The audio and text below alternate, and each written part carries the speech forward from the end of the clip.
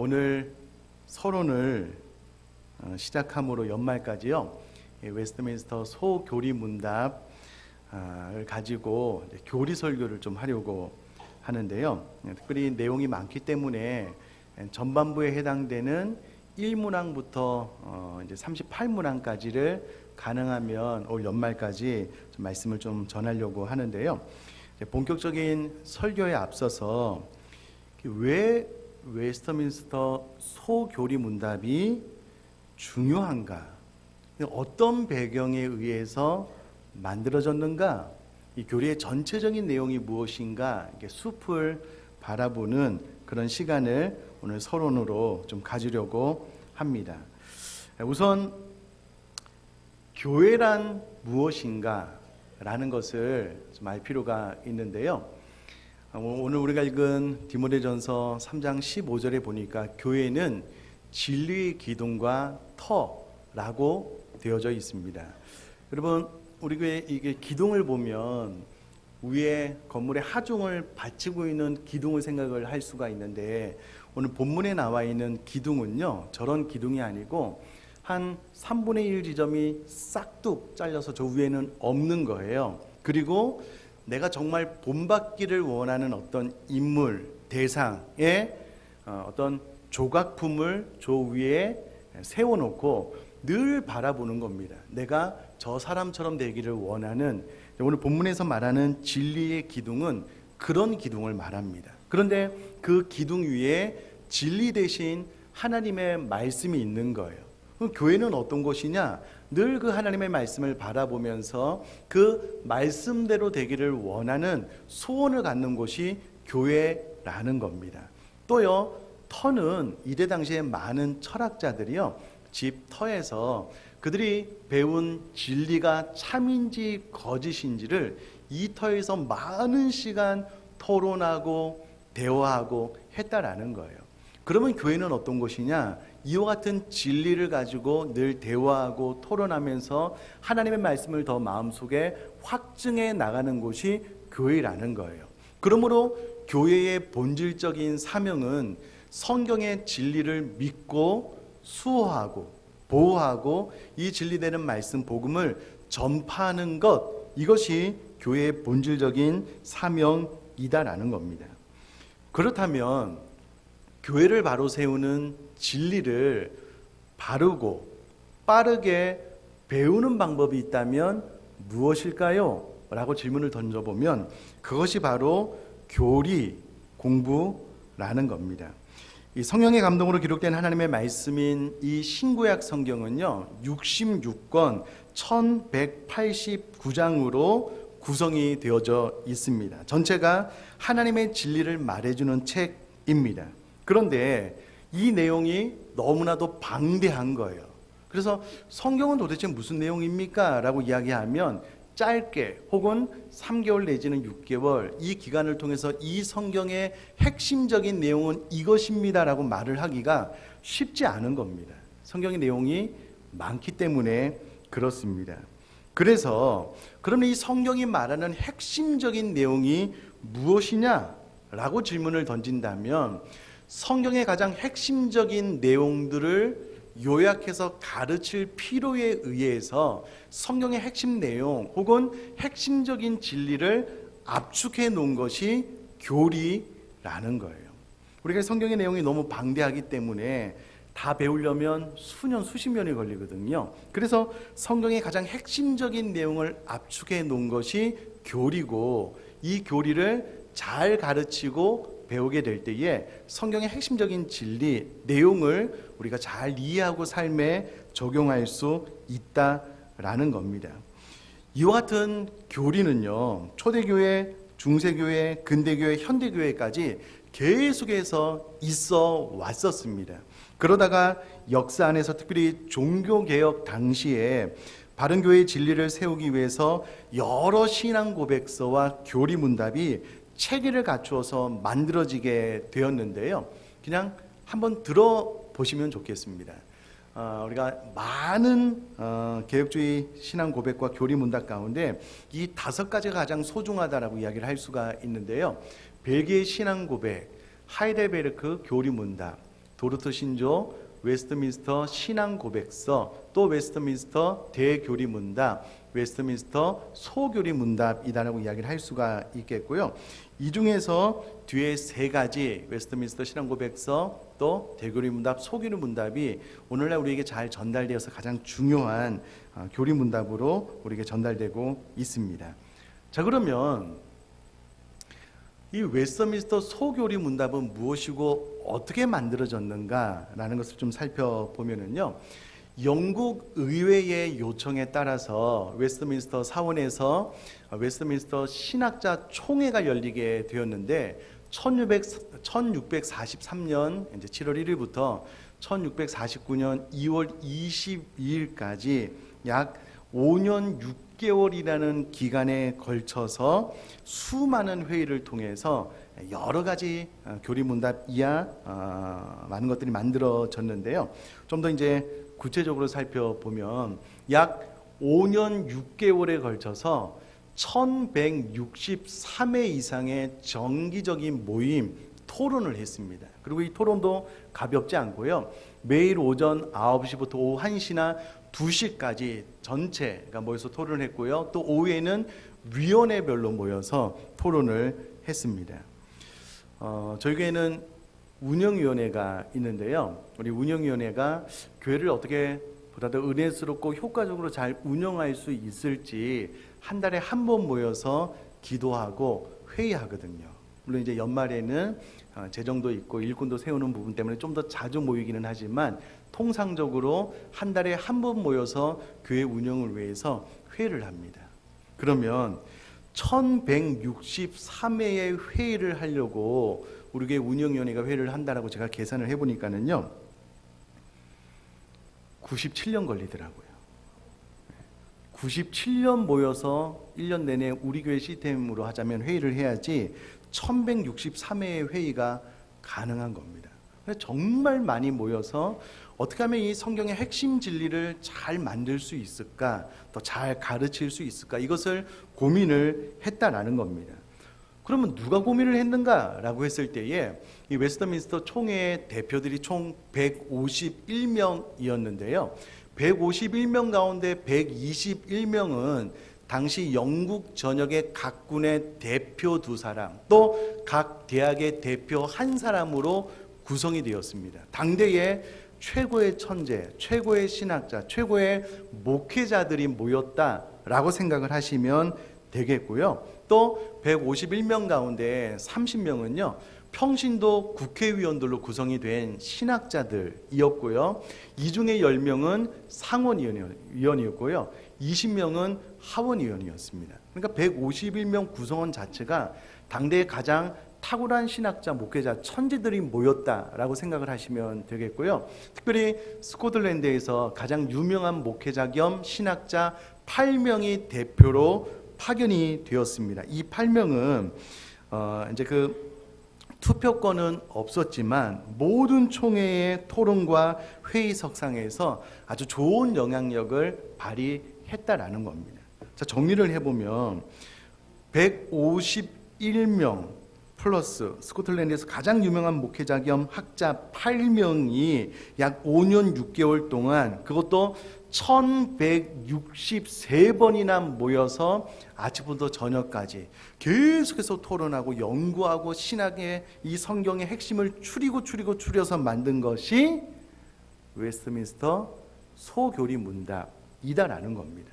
자, 그러면 어느 정도 신뢰할 만 하겠죠? 처음부터 다시 하겠습니다. 이게 신뢰할 만한 교리 문답이다라는 겁니다. 간혹 사람들이 이렇게 생각할 수 있을 것 같아요. 웨스트민스터 총회는 무려 370년 전 일인데 그때 당시에 먹고 살기도 바빴을 텐데 그때 제대로 된 토의나 할 수 있었을까? 전쟁통 아니었나? 지금 우리는 훨씬 더 좋은 환경과 얼마든지 더 좋은 결과물, 더 훌륭한 신학자들이 많아서 더 좋은 결과물들을 만들 수 있지 않을까? 이런 질문을 할 수가 있잖아요. 그래서 이 질문에 대해서 가장 우리가 피부에 와닿도록 돈과 관련해서 좀 설명을 해보도록 하겠습니다. 이때 당시에 전설적인 성직자만 추려서 121명이 참석했는데 모두 천재들, 그리고 당시에 귀족이거나 귀족에 준하는 신분이었던 국회의원이 30명 참석했는데요. 이 두 가지 경우에는 가족들, 또 이 국회의원 같은 경우에는 수행원들도 같이 왔을 거고요. 북쪽 스코틀랜드에서 내려온 참석자 8명은 국빈급 인사였습니다. 그러니까 아무렇게나 대할 수 없었다라는 거예요. 그러면 이분들이 이제 약간 5년 6개월 동안 회의할 때에 장소가 있어야 되잖아요. 그래서 웨스터민스터 사원과 주의 부속 건물들을 모두 사용했을 텐데, 세인트 마가렛 교회당, 서문 입구의 예루살렘 방, 헬리치스의 채플 등의 부속실을 유언회별로 거의 사용했다라는 겁니다. 무슨 말이냐면 장소를 대여했다라는 거예요. 5년 6개월 동안 매일같이. 대여비도 만만치 않았을 거고요. 그러면 6년을 대여해서 6년 동안 무려 1163번의 회의를 하는데, 날마다 모임이 끝나면 이분들이 어디로 갔을까요? 어디로 갔을까요? 집으로 갔을까요? 아니죠. 밥도 먹고 잠도 자야 되잖아요. 호텔이나 숙소도 필요했을 것 아니겠습니까? 그러면 런던 시내에서 먹고 자는 일, 숙소 전부를 국가 예산으로 감당을 했고요. 이 회의에 참석한 모든 사람 가운데 하루에 4실링씩, 지금의 가치로 하자면 한 5만 원에서 6만 원 정도 된대요. 그러면 151명 플러스 국빈급 인사를 매일같이 5, 6만 원의 참여비, 회의비를 5년 6개월 동안 드렸고요. 6년간 머물면서 묵을 호텔, 식사, 기타 비용, 경비를 다 합치면은요, 약 한 100억을 훨씬 더 넘는데요. 오늘날로 이야기를 하자면 100억이 훨씬 더 넘는 프로젝트를 진행했다라는 거예요. 자, 그러면 그것만 들었겠냐고요. 여러분, 두고온 교회는 누가 설교를 했을까요? 또 누군가를 모셔야 되잖아요. 그럼 또 거기도 비용이 들 거고, 또 물론 큰 교회야 뭐 협력하는 동사 목사님이 있으면 이렇게 좀 하기는 하겠지만, 그런 비용까지 다 생각을 하면 천문학적인 금액이 들어간 대형 프로젝트이다라는 거예요. 자, 그러면 오늘날 이 웨스트민스터 소교리 문답보다 더 탁월한 어떤 교리 문답을 만들려면 누군가 수백억을 투자해서 전 세계에 흩어진 가장 탁월한 목회자들, 신학자 목회자들을 151명, 아니 159명을 한 자리에 모아야 될 뿐만 아니라 가장 탁월한 교리 문답을 만들기 위해서 그분들이 적어도 5년 6개월 동안 한 곳에서 계속해서 1163번의 회의를 해야 된다라는 거예요. 그러면 웨스트민스터 소교리 문답보다 더 탁월한 어떤 교리 문답이 나올 수 있겠지만, 여러분, 한국에서 대표되는 교단의 1년 예산이 100억이 조금 넘습니다. 1년 예산을 다 이곳에 투자를 해야 되는 거예요. 5년 6개월 동안 이렇게 할 수 있는 교단도 없고요. 요즘 신학 사상이 다 틀리기 때문에 또 그들이 양보해서 하나의 신학을 만들 수 있을 만한 역량이 쉽지 않다는 거예요. 21세기에 자료가 이렇게 좋은데 더 좋은? 아니요. 거의 불가능에 가까운 아주 위대한 교리 문답이 이미 370년 전에 제가 봤을 때 참 하나님의 일하심인 것 같아요. 우리 손에 들려지게 되었다라는 겁니다. 자, 그러면 이와 같은 회의를 통해서 어떤 결과물이 만들어졌는가? 5개의 문서들이 완성이 됐는데요.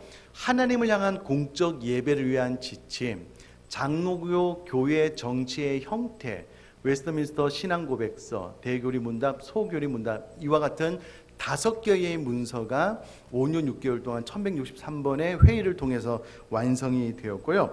이 가운데 이 3가지는 웨스트민스터 표준 문서라고 이야기를 해서 웨스트민스터 신앙고백서가 있는데요. 기독교 교리 전체를 요약해 놓은 책입니다. 저희 집에도 있는데 내용이 아주 방대하고요. 그러면 웨스트민스터 신앙고백서 교리 전체 요약을 어떻게 하면 잘 가르칠 수 있을까라고 고민을 하다가 일단 질문을 던지자. 그러면 생각을 할 수 있을 것 아니냐? 그 다음에 대답을 하자. 문답 형식으로 가르치면 더 효과적이겠다라고 생각을 해서 이 웨스트민스터 신앙고백서를 성인들을 향하여 가르치는 것을 대교리문답 196개의 문항으로 만든 이 교리문답이 있고요. 또 신앙생활을 막 시작하는 초신자분, 또 어른이 아니라 어린이들을 대상으로 이 기독교 진리를 잘 가르쳐야 되겠다라고 해서 만들어진 것이 소교리문답으로 107가지의 문항으로 만들어져 우리에게 전달되었다라는 겁니다. 자, 그러면 우리가 배울 웨스트민스터 소교리문답은요, 누구를 대상으로 만들어졌다고요? 어린이들, 신앙의 초보자들. 그러니까 이제 막 신앙생활을 시작하신 분들에게, 그리고 좀 어린 아이들에게 성경의 진리를 좀 쉽게, 그러나 핵심 교리를 포기하지 않고 이것만은 반드시 가르쳐야 되겠다라고 해서 만든 것이 소교리문답이에요. 자, 우리는 어린아이가 아니기 때문에 우리는 얼마든지 더 충분히 이 교리문답을 배울 수 있다라는 겁니다. 잘 따라오실 수 있으시겠죠? 오늘 아침 안 드시고 오셨어요? 잘 따라오실 수 있으시겠죠? 제가 참 감사한 거는요, 제가 본격적으로 초등학교 5학년 때 처음 나간 교회의 담임 목사님이 제가 어렸을 때부터 신학교 교수님이시고 목사님이셨는데요, 이 웨스트민스터 소교리 문답을 저희들에게 가르쳐 주셨어요. 저는 제 평생 그것이 가장 감사해요. 이 교리 문답을 잘 배워놓으면요, 신앙이 탄탄해져요. 견고해져요. 우리가 궁금했던 것, 신앙생활에 있어서 좀 의심이 갔던 모든 것들이 이 교리 문답 안에 웬만한 것들은 다 정확하게 설명이 되어 있어서 교리적으로 핵심 진리가 마음속에 탄탄하게 자리매김하니까는요, 흔들리지 않고 신앙생활을 견고하게 더 높은 나무로 성장할 수 있거든요. 그래서 이제 기대하는 마음으로 잘 참석을 해주시고 말씀을 들으면 좋을 것 같습니다. 자, 그러면 웨스트민스터 소교리 문답은 어떻게 구성이 되어져 있는가라고 했을 때에 107 문항의 가르침은 이제 질문과 대답으로 되어 있는데요. 앞서 있는 우리가 이제 하반기, 오늘부터 배울 하반기 1문항부터 38문항까지의 내용은 우리가 믿어야 될 내용이 무엇이냐라는 부분입니다. 그러니까 성경에서 우리가 믿어야 될 내용이 무엇이냐라는 것을 38문항으로 이제 추려서 가르쳐주고 있고요. 39문항부터 107문항까지는 우리가 실천해야 될 내용, 하나님께서 우리에게 행하라고 요구하신 것이 무엇인가라는 부분에 대해서 가르침으로 이 웨스트민스터 소교리 문답은 크게 두 가지로 분류할 수 있다라는 겁니다. 그러면 오늘은 첫 시간이기 때문에 전체적인 숲을 먼저 한번 바라봤으면 좋겠는데요. 1문부터 제가 간단하게 한번 설명을 드리도록 하겠습니다. 다시 한번 제가 질문을 드릴게요. 이 소교리 문답은 누구를 대상으로 만들어졌다고요? 어린이와 신앙의 초보자들. 그럼 당대 최고의 신학자, 목회자, 천재들이 모여서 이 어린 아이들에게, 신앙의 초보자분들에게 가장 처음으로 무엇을 가르칠까? 얼마나 많이 기도하고 얼마나 많이 고민했겠어요. 그렇게 해서 나온 첫 번째 질문이 이것입니다. 사람의 주된 목적은 무엇입니까? 하나님께서 우리 사람을 왜 만드셨습니까? 사람이 살아가는 주된 목적, 목표가 무엇입니까? 라는 질문이거든요. 그 질문에 대해서 하나님을 영화롭게 하는 것과 영원토록 그를 즐거워하는 것입니다 라고 1문항에서 가르쳐요. 저는 되게 파격적인 것 같아요. 충격적인 것 같아요. 그럼 그 어린아이들이, 신앙의 초보자분들이 하나님의 창조부터 가르쳐야 되지 않을까요? 뭔가 좀 마음의 문이 서서히 열리게. 첫 문장부터 충격적이에요. 그럼 이것은 오늘날 우리 장년부도 쉽게 인정하기 어려운 대답입니다.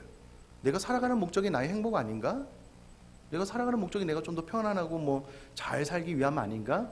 아니라는 거예요. 성경은 하나님을 영화롭게 하는 것과 영원토록 그를 즐거워하는 것이 우리 사람이 이 땅에 살아가는 주된 목적이다라고 이야기를 합니다. 자, 이 부분에 대해서는 다음 주에 아주 깊고 섬세하게 촘촘하게 말씀을 드릴 거고요. 그러면 사람의 이 주된 목적을 이루기 위해서 하나님께서 지시하신 유일한 규칙이 무엇입니까? 하나님을 영화롭게 하고 하나님을 영원토록 즐거워하기 위한 방법으로 하나님께서 우리에게 주신 것이 무엇입니까? 유일한 규칙이 무엇입니까? 그것이 바로 하나님의 말씀이다라는 거예요. 하나님 말씀 안에 하나님을 영화롭게 하는 방법, 하나님을 영원토록 즐거워하는 방법이 다 기록이 되어져 있다라는 겁니다. 3번 질문도 참 중요한데요. 세 번째 질문입니다. 그러면 그 하나님의 말씀, 성경이 주로 가르치는 것은 무엇입니까? 라고 했을 때에 이 소교리 문답은요, 하나님에 대해 믿어야 할 것과 하나님께서 사람에게 요구하신 의무라고 가르칩니다. 자, 우리는 그동안 성경의 핵심을 어떻게 배웠냐면요, 구약은 오실 예수님, 신약은 오신 예수님이 성경의 핵심이다라고 배웠잖아요. 이것도 틀린 말이 아닙니다. 그러나 웨스트민스터 소교리 문답은 이 성경이 주로 가르치는 것이 무엇입니까? 라고 했을 때에 하나님에 대하여 믿어야 할 것과 하나님께서 사람에게 요구하신 의무라고 가르칩니다. 저를 한번 봐주시면요, 이제 막 신앙생활을 시작하신 초신자분이 저와 여러분에게 어느 날 찾아와서 묻는 거예요. 형제님, 자매님, 순장님, 선생님, 이 성경의 내용이 너무 많은데 이 성경이 가르치는 핵심적인 내용이 무엇입니까? 질문을 했어요. 대답이 뭐라고요? 그렇죠. 그게 대답이라는 거예요. 이 성경에 무슨 내용이 있습니까? 우리가 하나님에 대해서 무엇을 믿어야 되는 것과 하나님께서 우리에게 어떤 삶을 살라고 하신지 그 요구가 나와 있습니다. 이게 대답이라는 거예요. 자, 이제 누구라도 우리에게 이 성경의 핵심이 무엇입니까? 라고 질문을 한다면 소교리의 문답에 의해서 쉽게 대답할 수 있겠죠. 꼭 그렇게 되셨으면 좋겠습니다. 자, 그러면 하나님에 대해서 믿어야 될 것이 무엇인지 성경의 가르침으로, 그러면 하나님이 어떤 분입니까? 배워야 되잖아요. 그래서 네 번째, 다섯 번째, 여섯 번째 문답은 하나님은 어떤 분이십니까? 라는 질문에 하나님은 영이십니다. 하나님은 한 분뿐이십니다. 하나님의 신격에 몇 위가 계십니까? 삼위 하나님이 계십니다. 이렇게 가르칩니다. 그리고 우리가 어떤 사람에 대해서 알려면은요, 그 사람의 인격 성품뿐만 아니라 그 사람의 행위, 직업, 어떤 일을 했는지를 알면 그 사람에 대해서 알 수가 있거든요. 그래서 그 다음은 하나님이 어떤 일을 행하셨는지에 대해서 이제 여러 문의 문답을 통해서 나오게 되는데요. 하나님이 어떤 일을 행하셨는가, 어떤 일을 하셨는가라는 것을 알기 이전에 하나님의 작정은 과연 무엇인가? 라고 질문을 던집니다. 그러면서 하나님의 작정은 그의 영원한 목적으로 그의 뜻의 의논에 따른 것인데 자신의 영광을 위하여 모든 되어가는 일들을 미리 정하신 것입니다. 이것도 이제 구체적으로 이제 작정에 대해서 말씀드릴 때 제가 설교를 할 거고요. 그럼 이 하나님의 작정을 어떻게 실행에 옮기셨습니까? 라고 했을 때에 하나님의 이 작정의 실행은 창조의 일과 섭리의 일입니다 라고 대답을 하고요. 그러면 창조의 일이 무엇입니까? 하나님이 6일 동안 천하 만물을 창조하신 것, 그리고 특별히 그 창조 가운데 사람의 창조가 중요하기 때문에 사람의 창조에 대한 질문과 대답을 따로 해놓고 있습니다. 그리고 나서 하나님의 작정의 실행은 두 가지, 바로 창조일과 섭리일이라고 했기 때문에 앞에 창조일에 대해서 이야기를 하고요. 그 다음에 섭리일이란 과연 무엇입니까? 섭리의 정의에 대해서 나오고요. 또 특별히 섭리 안에서 우리 사람과 생명의 언약을 맺은 것에 대해서 12문에 대해서 이야기를 합니다. 자, 그런데 아담과 하와가 하나님과 맺은 이 언약을 지켰을까요? 못 지켰을까요? 못 지켰잖아요. 그래서 이 소유리 문답도 이 생명의 언약을 어긴 결과가 무엇입니까? 이제 어기게 되고 범죄하게 되었다라는 것을 13문을 통해서 나오게 되고요. 범죄를 하게 되었으므로 그러면 죄가 무엇이냐? 라는 아주 자연스러운 흐름 안에서 죄가 무엇입니까? 라고 질문을 던집니다. 죄는 소유리 문답에 의하면 하나님의 법에 대해 순종함에 부족하거나 그것을 위반하는 것이 죄입니다. 자, 이것도 중요한데요. 신앙생활을 막 시작하신 분이 저 여러분들에게 아니, 도대체 죄가 뭐예요? 라고 질문을 했어요. 그럼 그 대답이 뭐라고요? 순종함에 부족하거나 그것을 위반하는 것이 죄다라고 딱 부러지게 대답을 하면 된다는 거예요. 죄란 뭐 윤리적인 죄가 있고 뭐 이런 죄가 있는데 이런 것도 좋지만 이렇게 딱 부러지게 이야기하는 것도 중요하다라는 겁니다. 그러면 이 죄를 어떻게 지었는가? 첫 조상이 타락하게 된 그 죄의 배경 과정에 대해서 이제 좀 설명을 하고요. 또 아담 이후로 태어나는 모든 사람들이 죄를 원죄를 가지고 태어나기 때문에 타락되었다라는 것을 16문을 통해서 또 대답을 통해서 알게 됩니다. 그러면 타락하고 끝이냐? 그렇지 않다는 거예요. 타락의 결과가 있을 거잖아요. 타락의 결과에 대해서 이야기를 하고 타락의 결과로 우리 사람은 죄의 상태, 비참함의 상태에 들어가게 되었다라는 거예요. 그 죄의 상태의 결과가 무엇이냐? 참 안타깝거든요. 비참함의 상태에 대해서도 아주 구체적으로 설명을 하고 있습니다. 그러면 타락의 결과, 비참함의 상태, 죄의 상태의 결과로 이제 우리가 멸망을 받게 되었는데, 그러면 하나님께서 이와 같은 타락한 인간을 멸망하도록 내버려 두셨는가? 아니라는 거예요. 하나님께서 가장 먼저 구속받을 자를 선택하시고 그들과 은혜의 언약을 다시 세우셨다라는 것을 이신문항을 통해서 배우시고요. 그러면 그 방식이 무엇이냐라고 했을 때 구속자, 예수 그리스도를 이 땅에 보내주셨다라는 거예요. 구속자에 대해서, 그리고 그리스도께서 하나님의 아들로서 사람이 되신 방식에 대해서, 구속자, 죄 없는 몸으로 이 땅에 오신 예수님에 대해서 설명을 하고요. 그러면 구속자가 행하시는 방법이 있는데 그 방법이 무엇이냐라고 했을 때에 예수님께서 구약에 있었던 세 가지 직분을 가지고 구속자로서의 삶을 살아가셨다. 그것이 선지자, 제사장, 왕으로서의 직분, 그리고 구속자 예수님은 이 땅에 자기 비하를 통해서 낮아지신 상태로 오셨는데 그 낮아지신 상태가 과연 무엇이냐, 그리고 부활하시고 난 이후에 높아지신 상태가 무엇이냐라는 부분에 대해서 27문, 28문에 다루고 있습니다. 그리고 이렇게 거듭난 사람이, 믿는 자가 죽을 때 그리스도에게서 받는 유익이 있는데 그것이 무엇이냐, 그리고 믿는 자가 부활 때에 그리스도에게서 받는 유익이 무엇이냐라는 질문과 대답으로 두 부분으로 나눈 1번부터 18문까지 우리가 믿어야 될 것이 무엇인지에 대해서 설명을 해주고 있습니다. 이제 오늘부터 하반기까지요, 가능하면 이 38문항까지는 좀 배워보려고 우리가 열심히 한번 달려보려고 합니다. 그리고 이제 두 부분으로 나누어서 전반부는 우리가 하나님에 대해서 무엇을 믿어야 될 건가라는 것을 이야기했다면, 후반부에는 우리가 하나님께서 우리에게 요구하시는 행위들이 있거든요. 어떤 삶을 살라고 우리에게 요구하셨는가, 이제 그 부분이 나오고 있는데, 가장 첫 번째는 하나님께서 사람에게 요구하신 의무가 있는데 그것이 무엇이냐면 순종이라는 거예요. 하나님의 말씀에 순종해서 하나님의 말씀을 그대로 따라야 될 것에 대해서 잘 설명을 해주고 있고요. 그러면 하나님께서 사람에게 순종의 규칙으로 처음 나타내신 것이 무엇이냐라고 했을 때에 도덕법, 십계명이 있고요. 그러면 십계명의 요점이 무엇이냐라고 했을 때에 십계명의 첫 번째부터 네 번째까지 계명은 하나님을 향한 계명이고요. 다섯 번째부터 여섯 번째까지 계명은 이웃에 대한 계명인데, 십계명의 요점이 무엇이냐라고 했을 때에 하나님을 사랑하고 이웃을 사랑하라라는 것으로 압축할 수 있다라는 겁니다. 자, 이런 것도 좋아요. 누군가 저와 여러분들에게 이 성경의 십계명을 하나님께서 우리에게 주셨는데 도대체 이 십계명의 핵심, 십계명의 요점이 무엇입니까? 라고 질문을 받았다면 그 대답이 뭐라고요?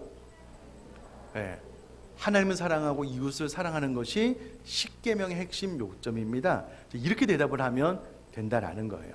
그 다음에 10가지 계명에 대해서 서론이 주는 의미부터 시작을 해서 하나하나의 계명을 잘 설명을 해주고 있습니다.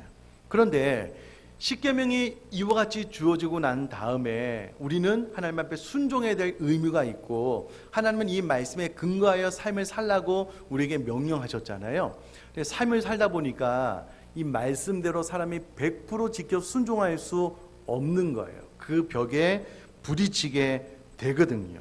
그래서 82문항부터 84문항까지는요, 계명은 완전히 지킬 수 없다라는 부분에 대해서 또 섬세하게 잘 가르쳐줘요. 우리의 처지, 계명을 아무리 지키려고 해봐도 계명은 완전히 지킬 수 없다, 그 이유에 대해서 이제 또 잘 설명을 해주고 있습니다. 그러면 전반부와 마찬가지로 하나님께서 우리에게 순종의 의무를 주시고 계명을 지키라고 10계명을 주셨는데 경험을 해보니까 계명을 완전히 지킬 수가 없어요.